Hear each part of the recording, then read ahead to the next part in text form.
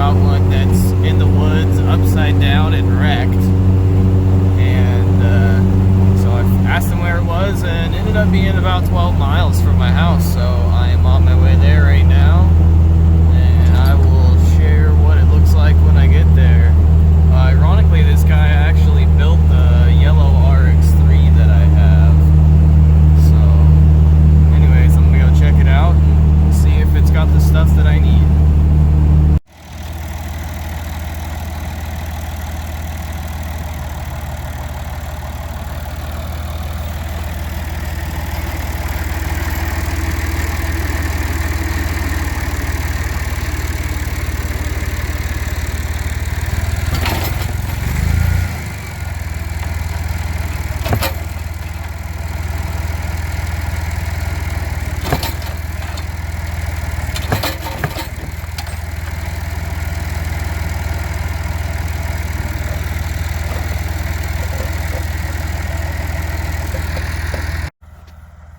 Alright, round two. This guy is crazy. I love it.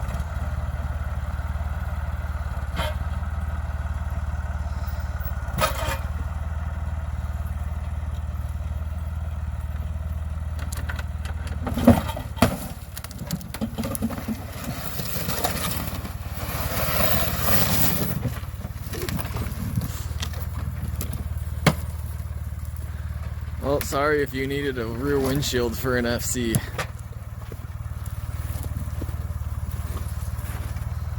Alright, I'm gonna help him rehook here. Oops, I forgot to hit record, but... Alright, so today, I'm trying to get this dash out of this wagon here for my silver one, because it's got a pretty mint dash in it, aside from the rust, but we can swap that part out. So these doors don't fucking like to open, actually. So I had to fucking do some major surgery to get this one to open with an angle grinder. Yeah, pretty fucked up. But before you get mad at me, here's what the rest of it looks like. This car is not fucking savable by any means. The roof is gone. Everything's being parted out. Hood is fucking gone. But yeah, a couple more other fucking shitty cars here. Got a 72 RX-2 sedan with a crunched in back. If anyone needs some fenders. Got a couple parts left on this guy. And then my buddy here would like to save this wagon. So I think I'm gonna help him with that one. And another Cosmo hiding. Sweet. Got her open and time to go. Here's RX-7 number 1 of 2021. This one will probably go up for sale first. It's in fairly decent shape. Got some blemishes here and there. Supposedly it's got 69,000 miles on it, so if it truly does, it's sat for a long time outside. Got a different color front bumper on it. The interior's not in the best of shape, but it's not horrible. Got some tears on the seats here. Or on that seat. I've got some S3 door panels I'll be putting in it. The color match. Rear interior's in decent shape. Let's see here. 68,000 is what the clock says, but who knows on that. Looks like the dash is cracked underneath. No biggie. The guy is running back to his house to grab me another sunroof for it. But ended up buying another shit box. So here we are. Runs pretty good. The exhaust is rusted out and broken underneath, so it is way too god-awful loud, but we'll get it fixed up, get it listed for sale, and on to the next. So this is my 74 wagon, RX-3 if you don't know Mazdas that well. This is what I was pulling the harness out of that flipped RX-7 for, and the dash out of the other wagon for. But this one kind of got set to the back burner because of some other projects you'll see some videos of in the next couple days. But here's the harness I got for it here. So I'll get the hood opened up and put that in here and kind of show you how that works out.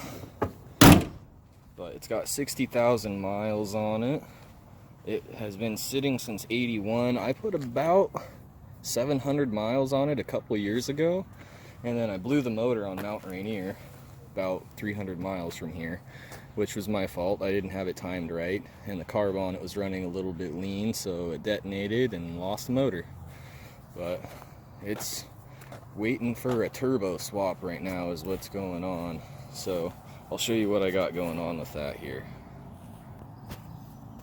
So right now it's got a 13B 4-port from like a 76 RX-4 type thing in it, and like a 650 CFM Edelbrock. So what I need to do with this motor here is I need to take it out and I need to put GSLSE irons on it so I can run turbo 2 intake and all that good stuff.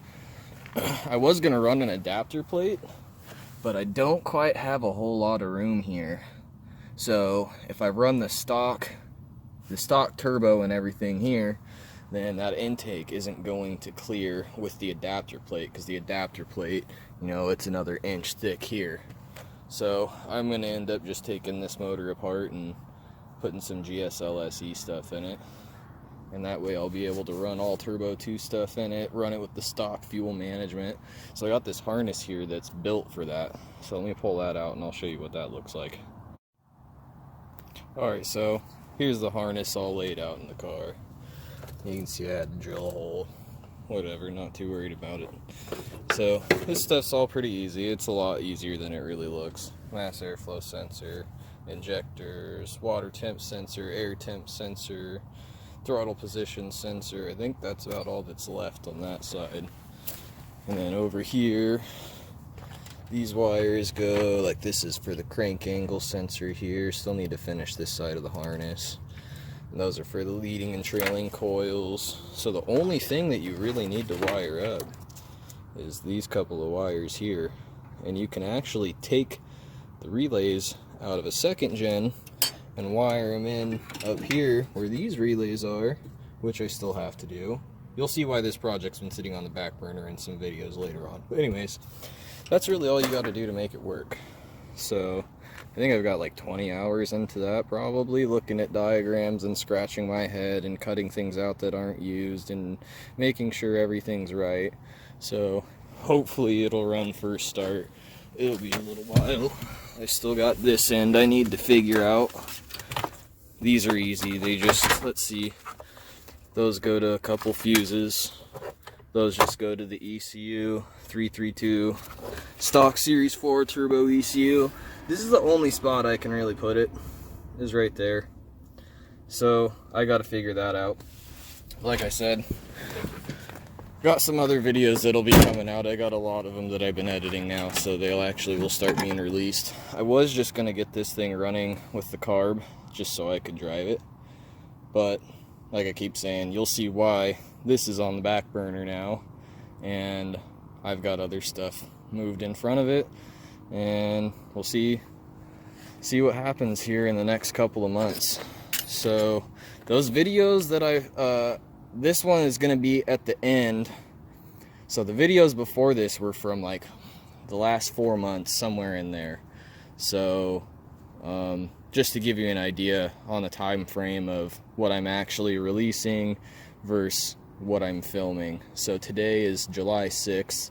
I should be posting this one today, but this weekend I'm gonna go out to Greg's, and I got another RX-7 I just picked up out there, so I gotta go check it out and give it a rip at the quarry and all that kind of fun stuff. So I'll keep you guys updated, and please like and subscribe if you want to see what else I got going on. Catch you later.